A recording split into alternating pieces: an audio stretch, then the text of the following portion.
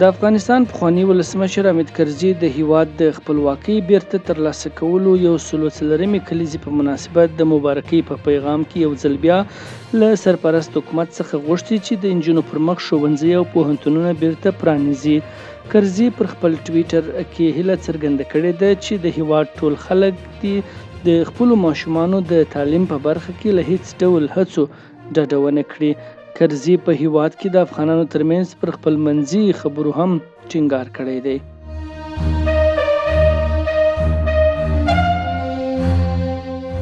د بادغیس یو شمېر فرهنګي فعالان په دغه ولایت کې د تاریخي او سیاحتي سیمو ته د نه پاملرنې له امله اندېښمن دي.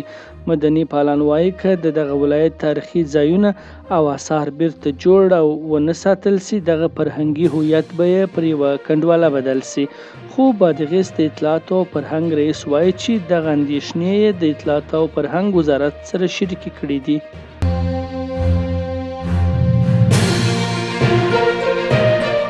په جوزجان کې د افغان ترک د ماشومانو روغتون چارواکي په دغه ولایت کې په خوارځواکۍ د اخته ماشومانو په شمیر کې د 100% زیاتوالي خبر ورکوي.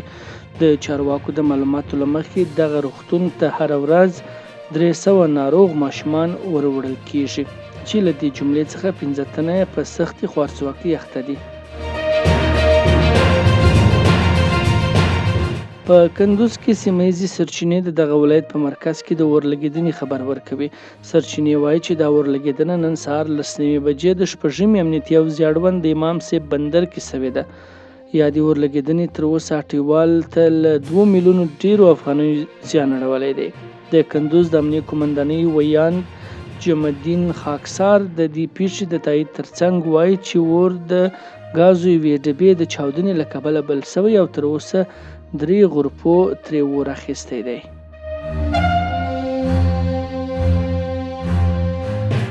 د افغانستان د تکواندو لوبغاړی محسن رضایي چې په 58 کیلوګرامه وزن کې سیالي وکړه، پاکستاني لوبغاړی شاهزیب خان ته ماتې ورکړه. د افغانستان د تکواندو فدراسیون د خبر له مخې دغه سیالي نن په جنوبي کوریا کې د تکواندو د نړیوال فیسټیوال په ترڅ کې ترسره شوه چې رضایي په پرله پسې دواړو پړاوونو کې خپل پاکستاني سیال مات کړ او نیمه پایلوبې ته یې ځان ورساوه.